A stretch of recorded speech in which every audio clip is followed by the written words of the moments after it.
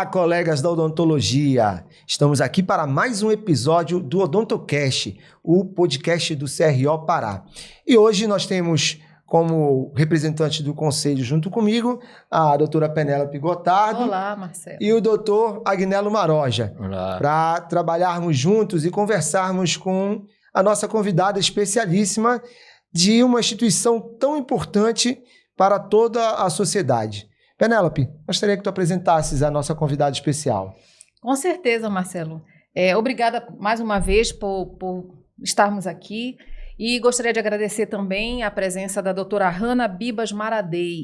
A doutora Hanna, ela é advogada, ela é vice-presidente da Comissão de Saúde da OAB Pará.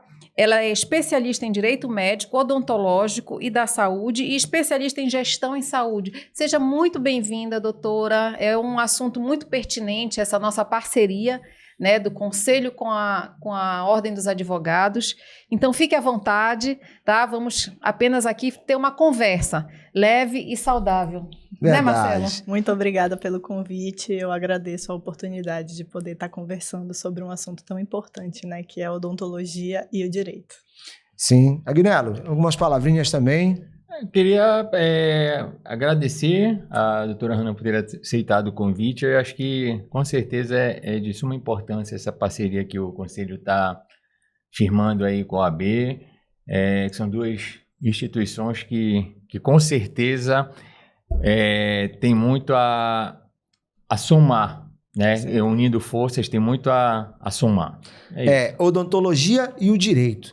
Bom, vamos já iniciar apimentando essa conversa aqui, dizendo que atualmente, em 2023, o direito penetra cada vez mais dentro da odontologia.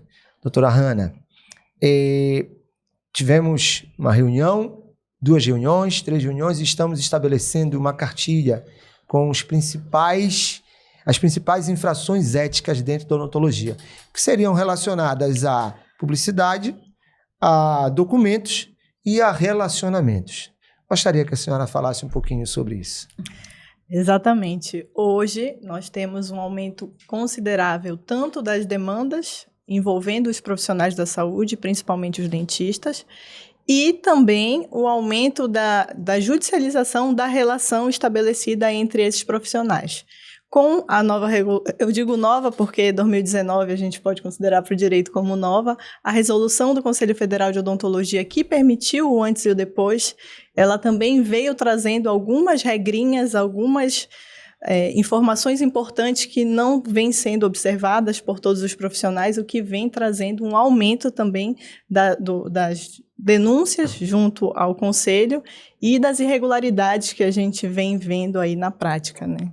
Então, a cartilha ela vem nesse formato de trazer maior informação para esse público, no sentido deles se empoderarem dessa informação e agirem de acordo com a ética da profissão. Seria um código de ética voltada para o direito? Não, eu vou interpelar só com o seguinte.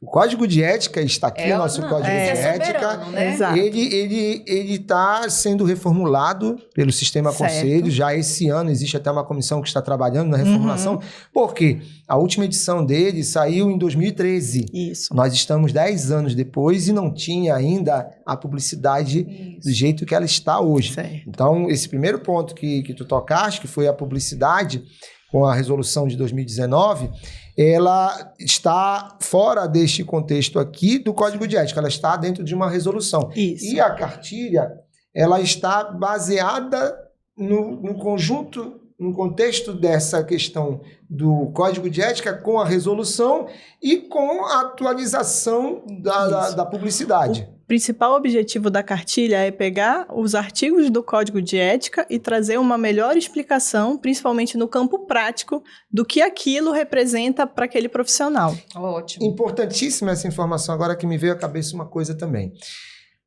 A OAB em nível nacional, ela está em contato com o Conselho Federal, porque nós estamos fazendo isso em nível regional. Certo. Mas se o Conselho está reformulando esse Código de Ética e a possibilidade, de repente, da OAB Nacional também ajudar nessa situação, Sim. talvez até o regional daqui com a OAB Pará possa estar levando essas informações para o Conselho Federal para auxiliar na confecção dessa atualização desse código de ética. Com certeza, até porque informação nunca é de menos, né? Quanto mais informação a gente puder trazer para o público de um modo geral e principalmente para os profissionais, eu acredito que toda ajuda é válida. Sim. E se da feita que a gente conseguir estabelecer e divulgar essa cartilha aqui, nada impede que a gente atinja, assim, o âmbito nacional, né? Então, Marcelo, até me permita... A doutora Hanna falou a questão da publicidade, muito para mim, até mesmo porque pela questão da mudança da sociedade ou seja, a questão das redes sociais, que hoje cada vez mais tudo se divulga, né? Tudo se divulga e assim, até por desconhecimento, muitos cometem infrações éticas por não saber do regramento, isso é interessante, até a forma como dessa parceria que está sendo fechada, no caso, que é proposta até pelo AB, que eu parabenizo a iniciativa, doutora Hanna, para esclarecer de uma forma didática do que é infração ética, do que caracteriza infração ética, porque assim, o que lá no conselho que a gente enfrenta muito, às vezes até são situações que o conselho ele é procurado para intervir numa relação particular, contratual, que não é, e até por desconhecimento da população de um modo geral, que não sabe que o Conselho, a obrigação dele, até pela lei que o instituiu, é fiscalizar a ética profissional. Inclusive, né? Aproveitando essa sua fala, parabenizar o Conselho pelo Instagram que criaram para orientar os profissionais. Eu recebo quase que diariamente profissionais perguntando: doutor, olha o que eu recebi, isso de fato é verdade? Eu não posso fazer sorteio? Eu não posso postar o decorrer desse procedimento? Eu não posso postar essa máquina nova que eu comprei como diferencial da minha clínica? E toda vez a gente tem que repetir: não pode, não é permitido eticamente. Ah, doutora, estão me notificando porque disseram que eu prometi o melhor resultado. Mas o meu resultado é o melhor. Tudo bem, mas é um campo subjetivo. Você não pode garantir esse resultado para o paciente. Então, a gente percebe que eles têm uma dificuldade de pegar o texto do Código de Ética e aplicar na prática. E aí isso gera um aumento de demandas que não são de competência do Conselho e o aumento de infrações. E nós temos colocado isso, para a gente também é bastante satisfatório um depoimento desse teu, porque ele mostra que é um trabalho de formiguinha, né? Que a gente está desenvolvendo um trabalho que ele é lento, mas que ele está impregnando a mente das pessoas no que é real, no que é verídico, no que é fato. Né? Não é achismo. E que a gente está embasado em leis. Sim. Né? Não é um achismo. E assim, os colegas saberem, né, a população também em geral, que a internet não é uma terra sem lei. Exatamente. Né? Então, tem que acabar esse estigma de que se pode tudo na internet. Eu posso postar o que eu quiser, que é a minha rede social. Não. Da feita que é público, né? Você pode ser notificado. E você se vincula com essa informação que você divulga, né? Sim, exatamente. Você é responsável por se ela torna e, responsável. consequentemente, pelo que ela possa te causar, né? Então, assim... É muito interessante porque me veio à cabeça agora que essa nossa parceria que tu falaste agora só da publicidade, né? Não falou do relacionamento, nem porque tem que ficar bem fixado, e dos documentos, de levar essas informações ao Conselho Federal. Sim. Né? Que eu vou fazer isso já de antemão, já posso te afirmar. Dentro disso que a gente está falando, a publicidade...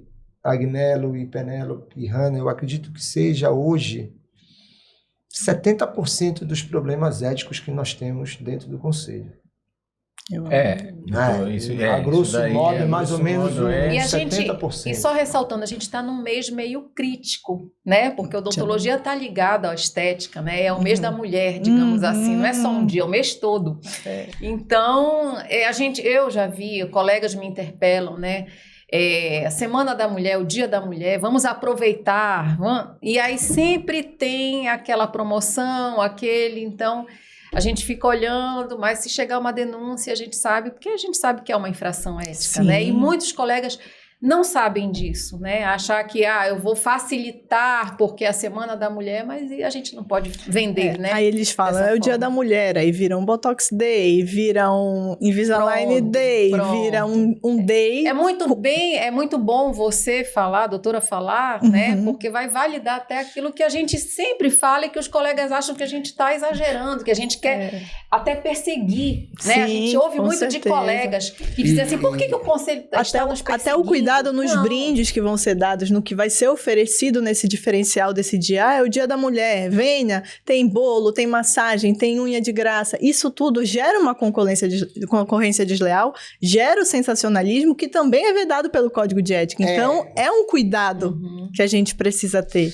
É importante trazer os dois advogados do Conselho e o da OAB, porque a gente acaba também tendo embasamento para falar. A odontologia, ela é uma prestação de serviços onde honorários são pagos para isso. Ela não é uma mercantilização de um produto que possa ser oferecido de uma maneira que o nível da odontologia fique lá embaixo. Então, é muito importante que não é obediência a uma regra por uma obediência a uma regra. É porque sempre o nível que nós procuramos estabelecer é o nível mais alto da profissão e da ciência. Com certeza. E o que permite a odontologia, a primeiro modo, a base de tudo é a saúde e o bem-estar daquele paciente. Então, por que tudo isso? Eu ouço muito, doutor, isso é muito chato, isso é injusto, eu ouço sempre. Mas eu digo, a sua profissão, você tem que prezar em primeiro lugar pela saúde e pelo bem-estar daquele paciente. Físico e emocional e social. Tudo, porque é o que é definido pela OMS, né? Sim. E só depois você vai oferir o lucro. Mas então quer dizer que eu tenho que trabalhar e eu não posso cobrar? Não, não é isso. Mas você sempre vai ter que botar o paciente em primeiro lugar, por conta da profissão que você escolheu. Isso é muito nobre se a gente parar para pensar. Sim. Então, o cuidado que o Código de Ética tem, que o Conselho tem e a legislação tem, é no sentido de resguardar aquele paciente que, para completar, está regulado pelo Código de Defesa do Consumidor. Sim. Que ele é desvantajoso para o profissional. Até fazer um adendo, doutora, voltando à questão de uma das vedações do Código de Ética, é que assim, o Conselho Federal ele regulamenta, mas não é da cabeça dele. É óbvio que ele tem os parâmetros, a legislação, toda a legislação, até mesmo para editar as resoluções, os códigos e tudo. Com relação até voltando à questão que você falou da promessa de um resultado, aí tem gente, poxa, por que eu não posso mostrar um caso? É porque que cada organismo reage de um jeito. Exatamente. Você não pode querer que um tratamento para a doutora Hanna fique igual no Agnello, no doutor Marcelo, no Penelo, enfim. Então, é isso que não é à toa, não é uma determinação, uma imposição, ou querer dizer pode ou não pode. É justamente por isso, por essas situações, que aí depois vai justamente para... eu não tive o resultado que me foi prometido. Aí você já não é nenhuma infração ética, mas você já vai, como você acabou de falar, para a questão do Código de Defesa do Consumidor, que promete e não entrega, justamente para ter essa cautela de não incorrer nessas falhas. Hoje, assim. O Código de Ética ele acaba protegendo tanto o cirurgião dentista quanto a sociedade. Né? Exatamente. E as pessoas que são desinformadas ou que estão desinformadas, elas acham que não, que é para prejudicar. O Conselho é um fiscalizador da ética profissional para o bom exercício profissional da profissão e da sociedade. Com certeza. Esse é a grande atribuição. Pode atuar em outras frentes, com certeza, mas ele não vai ser o front de batalha nessas outras frentes. Pode apoiar, doutor. Ele pode apoiar e tudo, mas é justamente... E pode e deve, mas é justamente... até pela lei que o instituiu, a competência dele funcional é justamente a ética. É isso que até volto a falar, muito boa essa iniciativa da OAB para, de forma didática, a gente elucidar. E assim, doutora Hanna, até falar uma coisa que eu acho, até para denúncias éticas, é interessante puxar a sardinha para o nosso lado da nossa profissão. Porque tem muita gente que, eu não vou procurar um advogado para gastar, para procurar uma indenização disso, ou para penalizar o profissional que infringiu, fez uma infração ética. Aí não procura um profissional, um advogado. E às vezes vão ao conselho para oferecer coisas que nem é uma...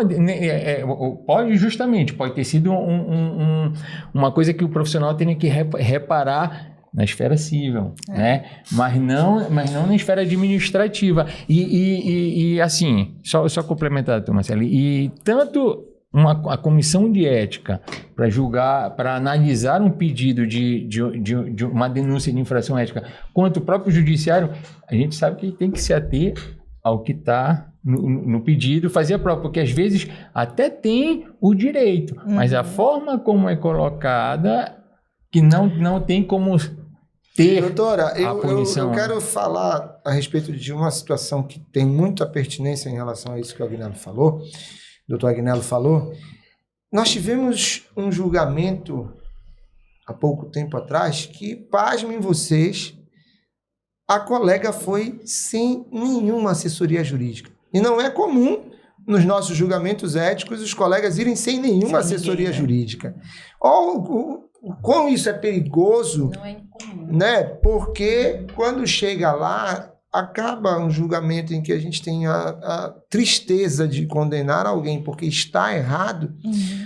O colega pergunta pra gente, eu fui punido em quê? Ele Nem não entende, sabe né? nem o que aconteceu. Entendeu? A desinformação ela é tão grande, e aí a gente entende que a OAB tem um papel fundamental nisso. Sim. Também, né? Institucional. Sim. Porque quando eu ouço que tem um feedback de lá teu dizendo que vocês estão recebendo informações pelo trabalho que a gente está fazendo em rede social de passar mais informações, isso é muito bacana. É muito legal. Entendeu? É um diferencial, né? Porque tanto a população quanto os profissionais, eles não têm a real dimensão do que aquilo significa e do que aquilo implica. E aí isso vai se dissipando em várias áreas. A gente vê eles fazendo denúncia no CRO, achando que vão ter direito a receber valores, quando a penalidade do CRO ela é personalíssima, ela atende só a pessoa do profissional. Ou então, eles vão judicialmente exigindo algo, e quando a gente vai olhar a documentação, assim, eu posso dizer para vocês que 99,9% dos prontuários que a gente analisa a nível de judicialização, eles não estão de acordo com a legislação ética. Então, eu falo é uma fala muito comum, eu falo profissional. Juridicamente falando, o juiz ele não vai entrar na violação ética. Ele vai te dizer, você não cumpriu a legislação, pague. Mas se o paciente atendido pega esse prontuário que você quer apresentar e leva para o conselho, você já tem várias infrações éticas só na primeira folha. Bom, então a gente já está falando, já saiu da publicidade, já está entrando em documento, para a gente já estamos indo organizar. em documento, é verdade. Então já vamos para documento. Em relação a essa questão de documento, eu tenho um fato para contar que é muito interessante também.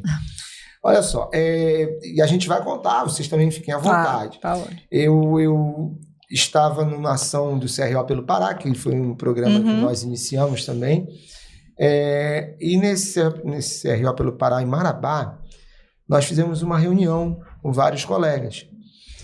E um deles pediu a palavra. Pediu a palavra e disse que ele pedia a palavra para agradecer ao Conselho Regional de Odontologia do Pará, que tinha ajudado a ele ser absolvido numa causa judicial. Como foi isso? Isso foi em 2021 que ele deu esse depoimento, tem até gravado esse depoimento. E uns 7 anos atrás, 2021 foi 2014 mais ou menos, eu fui chamado para ser perito de um caso no conselho, de um processo ético. E, neste caso, era uma discussão se o profissional tinha usado resina ou porcelana. E eu atestei que era porcelana mesmo. E a paciente dizia que não era porcelana. Né? E o processo ético dele, ele foi absolvido. Não foi condenado por causa da minha perícia, né? Do meu parecer. Ela levou para a justiça o caso e, na justiça, o juiz entendeu que, como ele não foi processado eticamente, ela não tinha o que questionar. E ele foi absolvido de uma ação que era mais de 200 mil reais. Então, olha só como foi bom o conselho ter atuado Sim. de uma forma ética, honesta, porque o colega tinha usado, por mais que o tratamento não tenha sido de acordo com o que a paciente esperava, a expectativa dela, não sei nem o que ele prometeu, mas era o material que ele tinha prometido. Então, isso ajudou, o documento do conselho ajudou a ele ser absolvido. Em que pese na legislação justiça. não ter uma obrigatoriedade de vincular a decisão do conselho à decisão judicial, a gente sabe que na prática, quando o juiz vê um julgamento de um processo ético pela absolvição, é difícil ele entender que houve algum tipo de penalidade além, salvo se ele violar alguma questão da parte do Código de Defesa do Consumidor, da falha na prestação do serviço, e aí vem a importância na documentação de ficar muito bem esclarecido o que você está dando para aquele paciente, quais são as regras desse atendimento. Infelizmente, a gente ainda vê que a odontologia, eles não têm o costume de deixar bem estabelecidos a regra do funcionamento daquele tratamento. Hoje em dia, um tratamento com facetas de porcelana, ele é um valor elevadíssimo. E a maioria dos profissionais não fazem um contrato de prestação de serviço. Não estou nem entrando ainda no termo. Estou falando só do contrato. É porque, além do termo de consentimento livre e esclarecido, há necessidade de um contrato. Né, porque o valor é alto, né? A gente compra um carro, a gente não assina um contrato. Sim. Lógico. Como é que a gente vai pagar tão caro num tratamento e a gente não vai ter as regras daquele jogo bem definidas e estabelecidas? Sim. Exatamente. Isso é uma proteção tanto para o profissional quanto para aquele paciente. Sim, a questão documental é tão importante. O prontuário, o termo de consentimento livre, esclarecido e o contrato preenchido de forma correta e total. Né? Esclarecedora, né? Bem esclarecedora. Bom, já falamos de publicidade da nossa cartilha, já falamos de documento, agora nós vamos falar de relações. Né? Pergunte alguma coisa de relações, vai. Então, o que eu pude entender, a maior demanda na ordem com relação a processos, eu não sei, ou reclamações, seria com relação a relacionamento do colega com o profissional, do Na verdade, paciente. na verdade, hoje, o que a gente vê de um modo geral, eles tendem, a população ela tende ainda a não procurar muito a OAB enquanto entidade para garantir algum direito que tenha sido violado. Mas a nível jurídico, né, entre os colegas, entre todas as informações que a gente percebe que o grande fator que define tudo é o relacionamento, seja com o paciente ou seja com os seus pares, né, que são na sua relação com o colega, né, que você atende, ou com seus técnicos, com seus auxiliares, e aí vem tudo que se desencadeia desse assim, fato. É importante também, a Penélope fez uma pergunta bastante pertinente, porque tudo sai de alguém, né? Tudo alguém que vai fazer uma denúncia. Certo. Né? E esse alguém tem que fazer a denúncia para o lugar certo. Certo. E no conselho, a gente recebe denúncia de todas as formas que está no lugar errado. Né? Por exemplo, eu tenho um contrato de trabalho com o Dr. Agnello. Né? Eu trabalho no consultório dele. Aí eu estou insatisfeito com alguma coisa. Há um litígio na nossa relação profissional de um contrato de trabalho e vão para o conselho e eu vou para o conselho procurar ali resolução do meu problema. Nossa, se eu tenho um problema de contrato, é com a Delegacia Regional do Trabalho. Não é com o conselho, no caso profissional para profissional. O paciente, como nós estávamos falando há pouco também, o paciente está insatisfeito com um tratamento, isso é para o Código de Defesa do Consumidor no PROCON. Né? É um problema do profissional com outro profissional que está sendo mal remunerado ou está com mais condições de trabalho, ele tem que ir para outra instituição que não é o conselho. O conselho, se ele tiver algum problema ético com aquele profissional que falou mal dele, que está de certa forma desvirtuando a imagem do outro profissional, então aí sim é um problema ético. Né? Sim. Até aproveitar um gancho, doutor, até justamente essa questão do código de ética, nessa questão de relacionamento, justamente ele impõe a questão da necessidade de um tratamento cortês, né, entre profissional e paciente, assim como como uma obrigação, da feita que isso não havendo um distrato, pode caracterizar uma infração ética, dependendo de coisa, assim como também ele respalda ao profissional o direito de não prosseguir num tratamento, de renunciar, de propor encaminhar a um outro, justamente pela, olha, o tratamento está aqui, aí vamos voltar um pouquinho para a documentação, está aqui tudo que lhe foi proposto, está aqui, está sendo feito, mas já não tem mais a confiança, então eu nem me sinto mais confortável de continuar esse tratamento. Também o Código de Ética respalda desta forma, justamente nessa questão do relacionamento. É o direito do profissional também. Exatamente. Renunciar ao atendimento Renunciar ao atendimento. E dentro dessa situação, é importante a gente frisar também, a gente ainda está na questão do relacionamento, o que seria me dá para a nossa odontologia 5 situações que o profissional fosse, com certeza, procurar o conselho. É uma pergunta que eu estou fazendo, porque tem várias situações dentro do Código de Ética. Mas 5 situações, rapidamente, assim, elenca, que o profissional tenha que procurar o conselho. O profissional em si, não o paciente. O profissional, e depois eu vou te perguntar do paciente, aproveitando.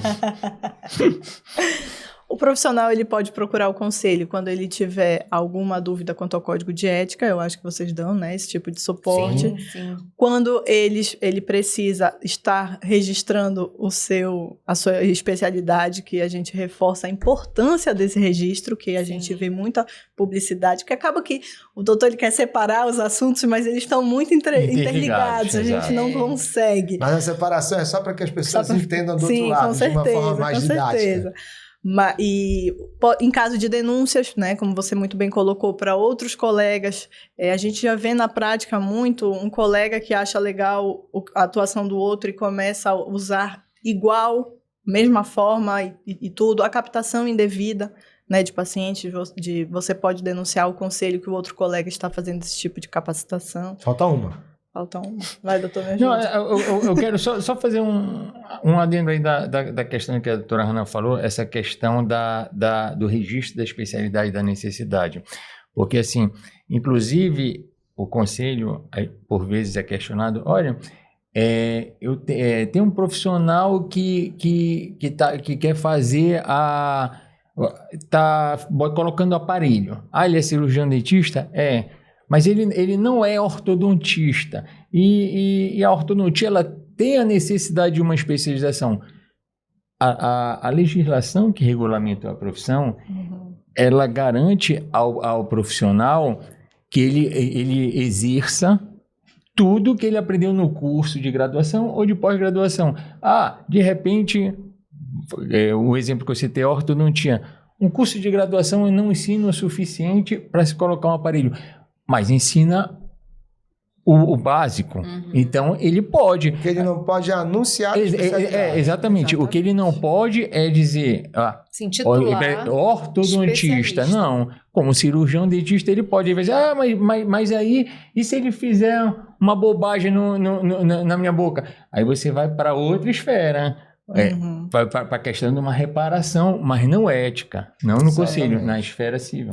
E até mesmo dizer, o profissional ele foi imperito porque ele não era especialista. Eu, particularmente, não concordo, justamente por isso. Todo profissional que é cirurgião dentista, ele está apto a exercer todas as possibilidades da odontologia. Agora, óbvio, ele vai fazer uma cirurgia bucomaxilo, a gente não tem como garantir ali que ele vai estar 100% a par da técnica. Ele pode fazer? Pode.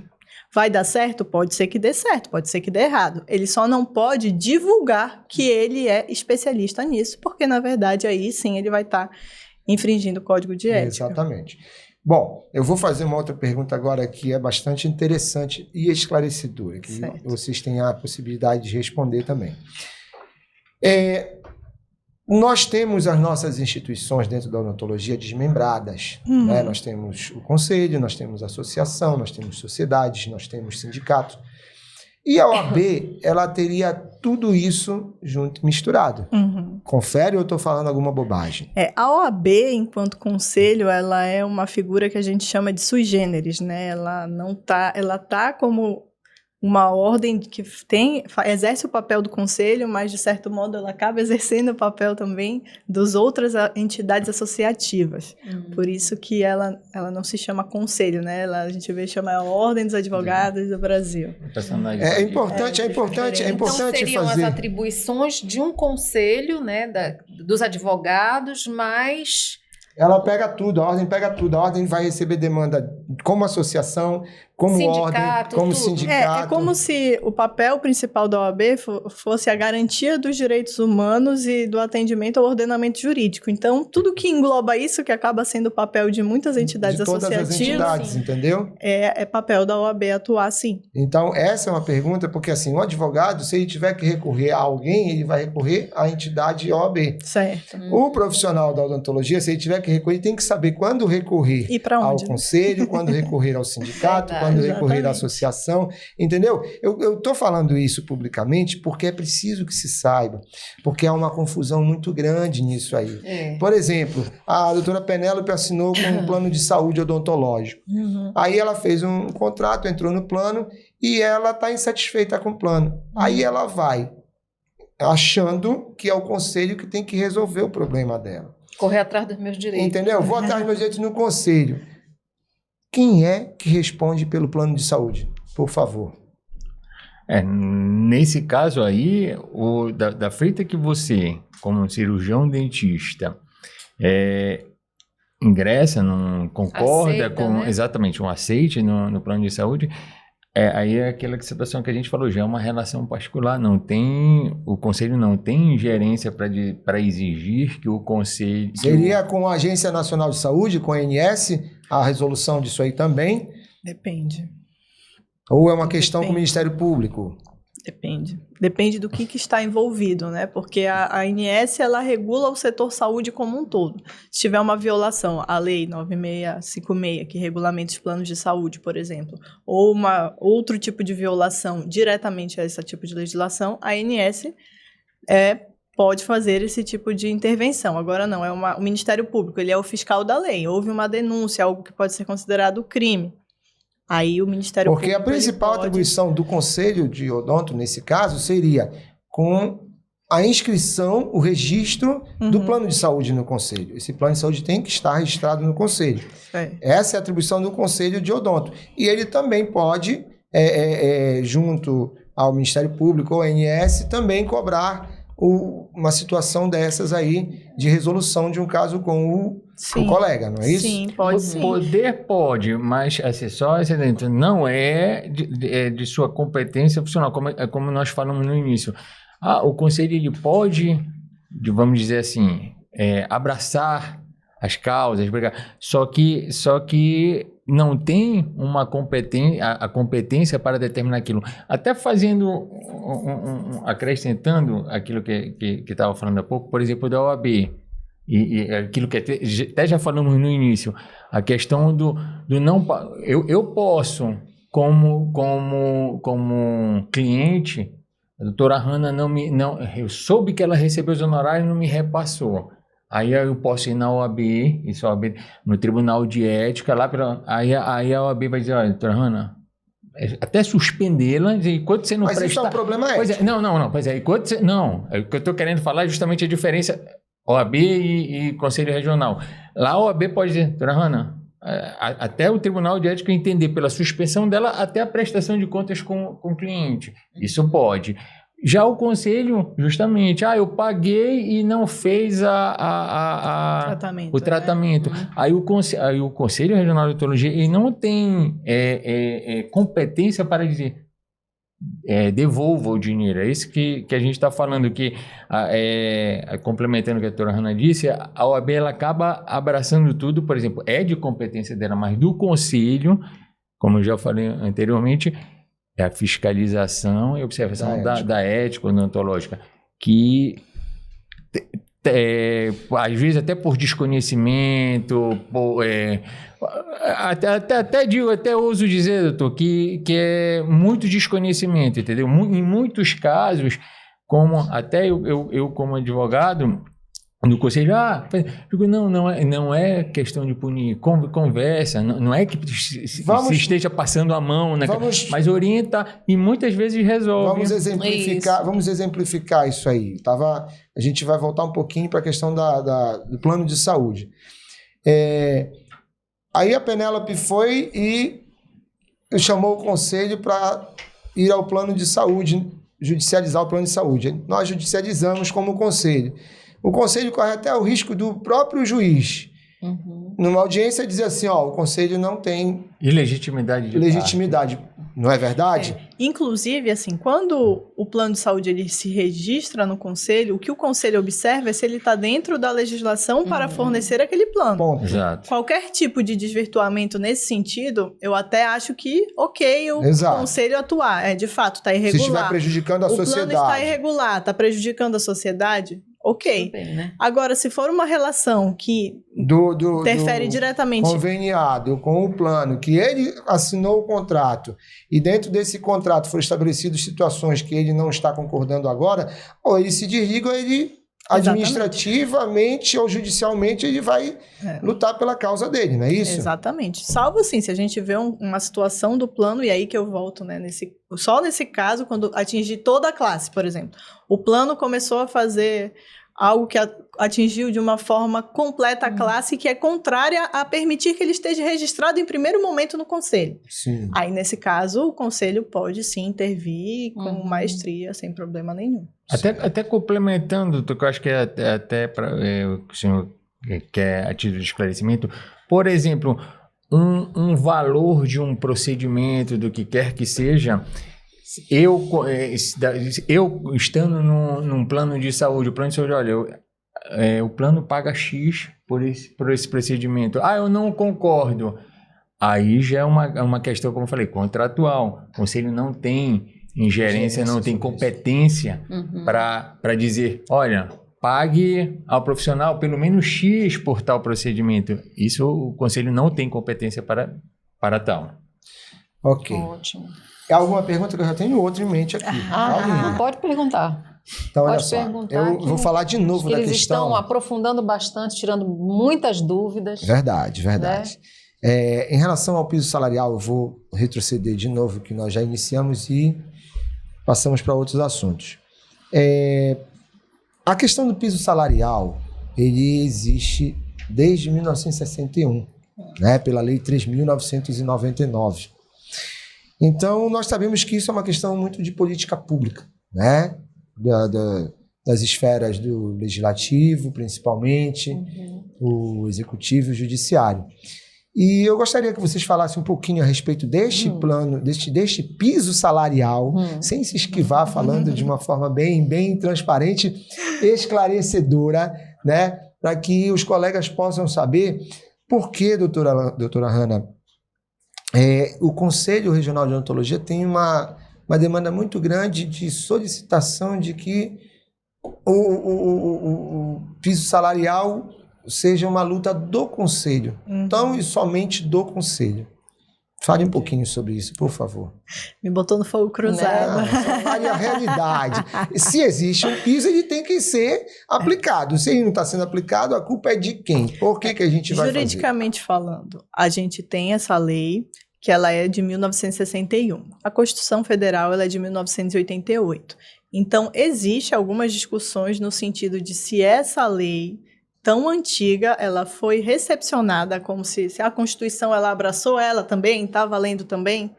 E nessa lei é previsto o piso fixado em 3 salários mínimos. 3 salários mínimos, para 20 horas. Para 20 horas.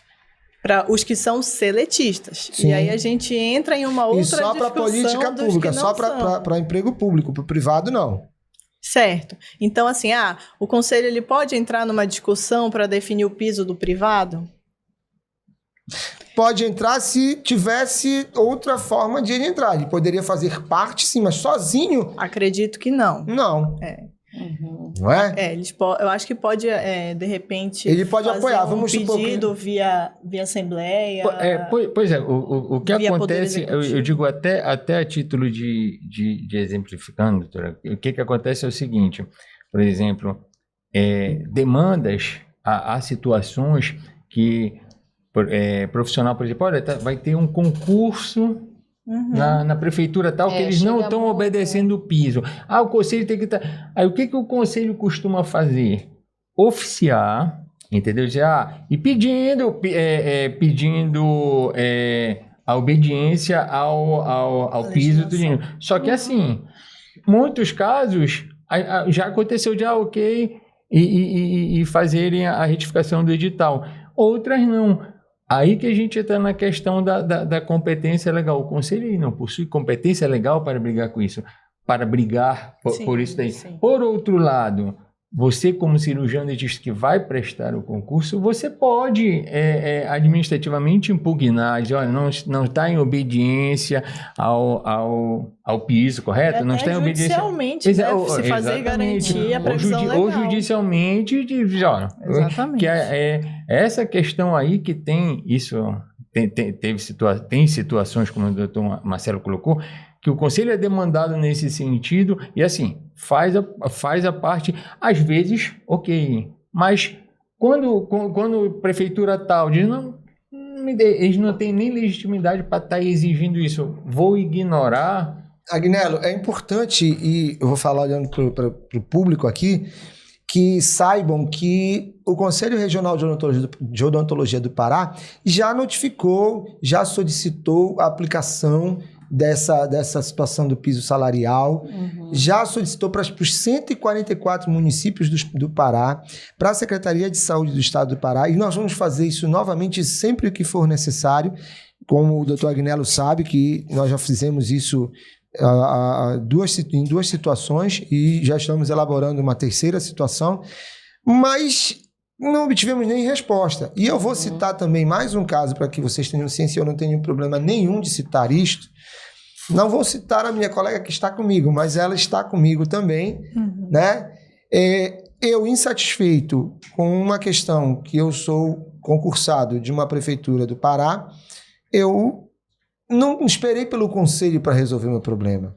Eu tentei administrar administrativamente na prefeitura e depois não obtive resposta, eu fui judicialmente. Eu tenho um processo há 12 ou 13 anos na justiça, tá? Na justiça que eu corri atrás com mais 11 colegas que nós já ganhamos em 2 instâncias e só falta a última agora, né? Mas é um direito nosso e nós estamos lutando por isso sem estar entendendo que é o conselho que é o responsável pela nossa luta. Antes de estarmos no conselho, já brigávamos por isso, né? Já brigávamos. Então tá aqui, ó, já íamos atrás já fomos atrás dos nossos direitos, né? Somos 2 dos 12 que não esperamos pelo conselho. Isso. Que nós entendemos que desde 2010 que nós estamos nessa causa, nós temos sim o direito de reivindicar administrativa e judicialmente as nossas condições que são problemáticas dentro de uma prefeitura do estado do Pará. Então, é isso que a gente quer passar. O Conselho vai ajudar sempre a classe odontológica a tentar resolver todas as demandas. Só não podem imputar todas as demandas que tenham que ser resolvidas ao Conselho Regional de Odontologia do Pará. Todos podem brigar, mas cientes dos direitos e por onde começar a buscar esses direitos, né, doutora? Exatamente. E eu acho muito interessante a sua fala no sentido de que vocês estão há 12 anos nessa luta. Sim. O quanto o profissional pode evitar uma demanda judicial se ele cumprir o código de ética, né? Se ele tiver toda a documentação odontológica, se ele tiver um bom relacionamento com os seus pares, se ele tiver a publicidade de acordo, porque aí, imagina você achar que enquanto profissional você vai responder a um processo por tantos anos e não vai ter um abalo. Não tem como. A gente vê na prática, o profissional ele fica muito desgastado quando recebe uma ação judicial. E a gente fala para o colega quando em audiência, em julgamento, que para nós não é nada confortável. Claro. Porque a nossa formação, primeiro que não foi essa, não é Sim, julgar sim. os nossos colegas, né? Com Nossa certeza. formação foi técnica, científica, enfim. Então, é uma situação muito desconfortável para nós que estamos lá, né? E que estamos tentando fazer valer o código de ética. É muito desconfortável e, assim, às vezes a gente fica até impressionado que o colega, né, quer ir naquele embate direto. Uhum. Não, mas né, por que estão me condenando por isso? Como se nós estivéssemos errados. Não, a Sim. gente só está fazendo cumprir, né, o princípio básico, né? E qualquer, a menor que seja, tentativa de acesso à informação, de você dar publicidade, de você orientar, você consegue minimizar tantos problemas. Exatamente. Né? Assim, eu posso dizer para vocês que quase todos, salvo os profissionais que atuam a nível de hospital, o prontuário do consultório, ele não é um prontuário. E aí, quando a gente chega e fala, olha, é obrigatório que esteja no seu prontuário o nome completo, a data do atendimento, se você solicitou exame, o que foi que você orientou, se o paciente trouxe... Ah, doutora, não, mas eu não tenho tempo. Mas não sou eu que estou pedindo. É o Conselho Federal de Odontologia que exige. Está lá na resolução, você precisa atender a isso. Ah, mas e se eu não fizer? Eu abro, assim, né, quem atua na área, eu abro, prontuário, tá, dente 47, ou tá, o que aconteceu nesse dente? Não, doutora, tá aqui, olha, no pagamento ele fez aqui uma gengivoplastia no dente. Eu falo, tá, e cadê a evolução? Ele ficou bem? Você deu alguma orientação? Você pediu algum exame? Você fez alguma coisa? Ah, não, isso daí tá tudo certo, o paciente é meu amigo.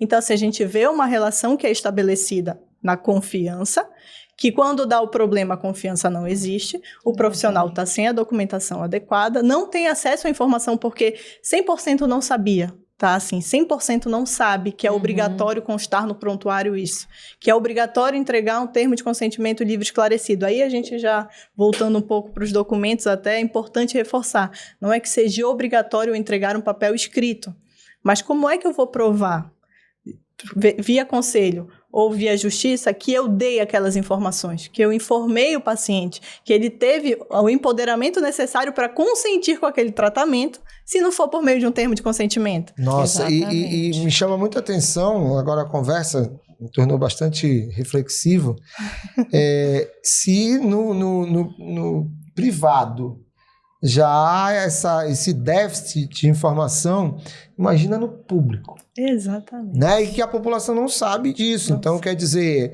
a gente tem que estar preocupado, sim, a gente tem que estar realmente muito atento, até porque, voltando também agora à questão do relacionamento, vou contar um caso muito interessante, que é um direito nosso, até de se recusar a prestar o atendimento, de renunciar ao atendimento. Eu, mais ou menos por volta de 2009, eu fazia atendimento numa unidade de saúde de Águas Lindas e tinha uma colega, eu era concursado e ela contratada. Então ela chegava de 7 às 9, eu chegava de 9 e ficava até 1h da tarde. E quando eu cheguei, estavam todos os pacientes dela e os meus. Já no meu horário, ela tinha atendido um paciente. Que eu abri a porta do consultório, que eu olhei, sem a menor condição de trabalho. O ar-condicionado não estava funcionando, era inverno paraense, goteira, e, entendeu? Sem condições de trabalho, sem atendente. Eu olhei aquilo e disse, colega, não atenda mais. Aí disse, eu não posso não perder meu emprego. Eu disse, não, então quem está dizendo para você não atender mais sou eu não vou perder meu emprego. Está suspenso o atendimento odontológico nesse consultório. Vou lá na direção. Fui na direção, chamei a diretora, ela veio até o consultório e disse que ela ia mandar passar um pano para eu poder atender. Eu disse assim, não tem pano, não tem nada, o consultório está interditado. Chamei os pacientes, o consultório está interditado porque isso é risco até para vocês e tudo. Tá. Contaminação, né? E ela quis me forçar a atender. E eu segurei, né, me mantive ali, fiz um relatório, protocolei na direção, fiquei com um e levei o outro para a Secretaria de Saúde, para a Coordenação de Saúde Bucal. E, para minha surpresa, eu fui chamado 2 dias depois para perguntarem o que é que eu queria fazer. Eu disse, eu só quero trabalhar, mas com condições. O que tu queres fazer? Eu quero trabalhar. Podes ir para a escola ficar dando palestra? Que era do lado da unidade de saúde. Eu digo, posso. Eu fiquei 4 meses dando palestra. Reformaram? Até a reforma. Mas reformaram. Até a reforma. Então deu bom. Entendeu? Pelo Ou seja, menos isso, Ao né? menos reformaram. pois é, eu fiz o que eu tinha que fazer. Entendeu? Coisas que... E o código de ética lhe garante isso. Se não lhe é dado as condições Mas tu adequadas, e imaginas você que não numa atendeu situação dessa, também, né? Imagina uma Exatamente. situação dessa, a questão do relacionamento foi meu com a colega e meu com a direção e meu com a coordenação de saúde bucal. O que do município. acontece, Marcelo, ainda hoje é que a gente vê, que eu também sou funcionária pública, às vezes até tem colegas que levam material do seu consultório para não parar o atendimento. Eu acho louvável, mas é errado, porque é um ambiente de trabalho onde você não tem condições materiais para trabalhar, tem que ser parado, né? Tem que ser Interrompido, né? interrompido e denunciado, né? Até para a gestão pública, né? Valorizar, melhorar sempre os serviços, porque se toda vez a gente passar a mão sobre isso, né? Aí as coisas não evoluem, não melhoram. Né? E assim, voltando àquela questão documental que a gente estava falando, é até interessante porque a nossa cultura ainda é muito assim, né? Por que eu pensei nisso? Porque teve um julgamento que o colega falou, até nos agradeceu, mesmo sendo condenado, Uhum. ele nos agradeceu dizendo assim, porque na minha geração não era assim. Verdade. Então a gente com um olhar sensível, né, a questão dele e tudo, sabendo que realmente é uma mudança, Sim. né, para a pessoa mudar seus hábitos, realmente é bem complicado. Mas no dia de hoje, né, você mesmo, a doutora pode falar, num mundo onde os processos médicos e odontológicos estão bem em alta, é uma coisa que a gente realmente tem que passar por essa mudança, por essa transição. A gente tem que transpor isso, por mais difícil que seja. Com certeza. Né? A gente hoje em dia as pessoas querem muito pular para o digital, mas esquecer que a gente ainda tem coisas que a gente ainda tem que se municiar. Sim, e é uma realidade muito grande da profissão. Muitos consultórios em que o dentista, o profissional, ele é o gestor, ele é o financeiro, ele é o administrativo, ele é o da publicidade, ele tem todas as... O dentista faz tudo, né? Tem todas as competências em cima Conheço dele muito. e acha que ele não vai ter como ter uma ajuda, um suporte. Ele tem um contador porque ele quase desce goela abaixo a contabilidade. Né? Ou você tem ou você tem. Mas a gente vê na prática que eles ficam exaustos, eles só querem atender. Eu só quero atender. E aí quando eles falam assim, doutora, me falaram que o contrato é diferente do termo de consentimento. Eu falo, é completamente diferente. Eu tava dando junto, tem problema? Tem. Tá errado. Né? A nível ético, talvez não tanto, porque você está prestando a informação. Mas a nível, quando a gente vai para o Poder Judiciário, o contrato ele tem a finalidade administrativa. Eu vou lá botar como é a minha relação com você, qual é o meu horário de atendimento, em que local eu vou te atender, qual é o horário do meu atendimento com você, quais são as suas obrigações como paciente, quais são as minhas obrigações. Né? Isso é muito importante. Uma cláusula que eu acho muito interessante hoje é o uso do WhatsApp. O WhatsApp virou uma febre. E os profissionais acabam dando seu contato para o paciente, domingo, depois do Fantástico, o paciente está falando com o profissional e exigindo, eu estou lhe vendo online, você não está me respondendo. Né? Então, eu tenho um paciente, enfim, que ele disse assim, doutora, só tem uma condição, me atenda pelo WhatsApp, por favor. Aí fica complicado, né? É complicado. Então, o contrato, ele permite você impor essas regras e se você não atender, você não ser responsabilizado por isso. Eu tive uma demanda que o dentista ele foi condenado a R$5.000 porque ele não deu suporte para o paciente em caso de urgência, era um sábado à noite. O paciente, o profissional, ele estava na formatura do filho, era uma coisa assim. E ele teve um sangramento, que aí ele piorou, desmaiou, não foi algo assim, mas ele teve um desmaio, ele se machucou, aí ele juntou a prova que ele desmaiou, que ele caiu, que ele estava com sangramento, e o juiz entendeu que se ele dá o contato e ele não define como é que vai ser essa regra, não tem essa clareza, ele é obrigado a dar o suporte. Que aí a gente também vê nos casos dos profissionais que atendem o paciente some, aí depois de 2 anos dá um problema grave no paciente, e aí o profissional diz, mas eu vou ser responsabilizado? Você notificou para ele retornar? Não notifiquei. Então, até você tem que dar esse atendimento. Até essa questão daí, doutora, da orientação, Sim. se tivesse dado em caso de sangramento ou isso, Exato. proceder da seguinte forma, como não deu e não deu suporte, aí acabou. Corra para urgência. isso, Ou seja, que bom, temos então. que ter um assessor jurídico no consultório. Olha só, olha essa que aconteceu. Olha essa que aconteceu, um Né, julgamento doutora nosso. Hanna? A colega Era o foi... ideal, né? A colega foi sem assessoria jurídica. Foi uma coisa foi uma das coisas mais estúpidas que eu já presenciei na minha vida de 30 anos de carreira, né? A colega foi e ela fez a sustentação jurídica dela lá, né? A sustentação da defesa Técnica, dela. né? Sustentação, não, ela fez, não era tão técnica, ela fez. Entendi. E, tipo assim, a pena ficou em mais ou menos 10 anuidades, pela gravidade do caso. E com a sustentação jurídica dela, a gente ficou... Jurídica não, com a sustentação dela, a defesa oral dela, a gente ficou sensível e entendeu dessa forma. E foi para 4 anuidades, né? Ela acabou o julgamento, foi condenada, tá? E na condenação, quando ela levantou, ela disse assim, para os 5 conselheiros. Eu não estava preocupada com a condenação ética, eu queria saber quanto é que eu ia pagar e ainda bem que foi menos.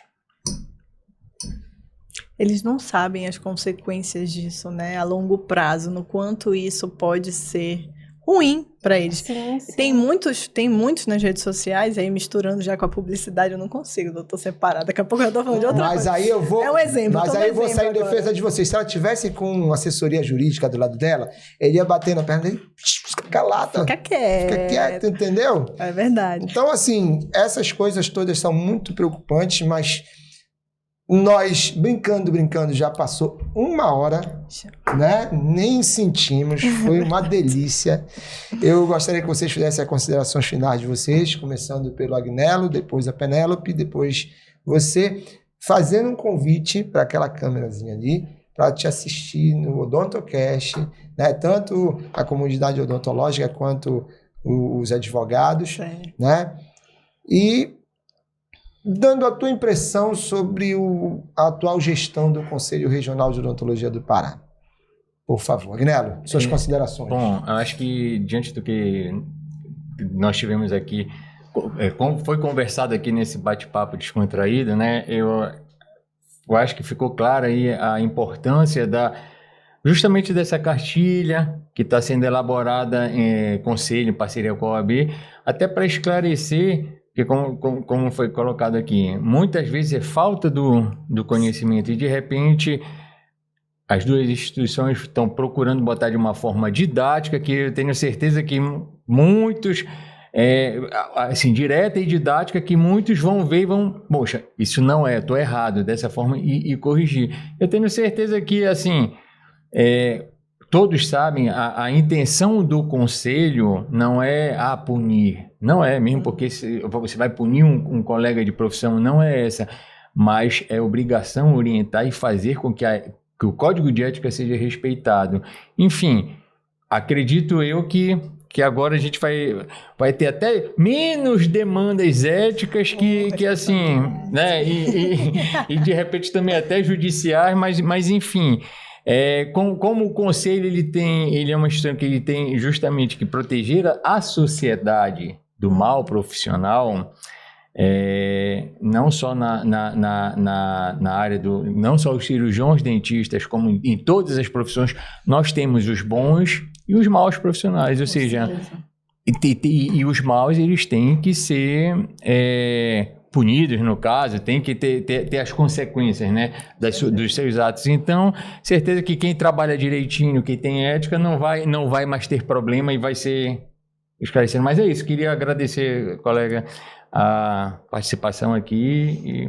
Doutora Hanna, queria agradecer e parabenizá-la, né, pela iniciativa, né, da confecção dessa cartilha, que vai ser muito valiosa para a nossa classe, né? Porque a gente, como eu falei, os nossos colegas ainda estão muito assim desinformados, então a gente vai, né, vai enfatizar bastante isso com informações atualizadíssimas, né? Sim. E essa parceria só vem a nos fortalecer enquanto conselho e enquanto classe.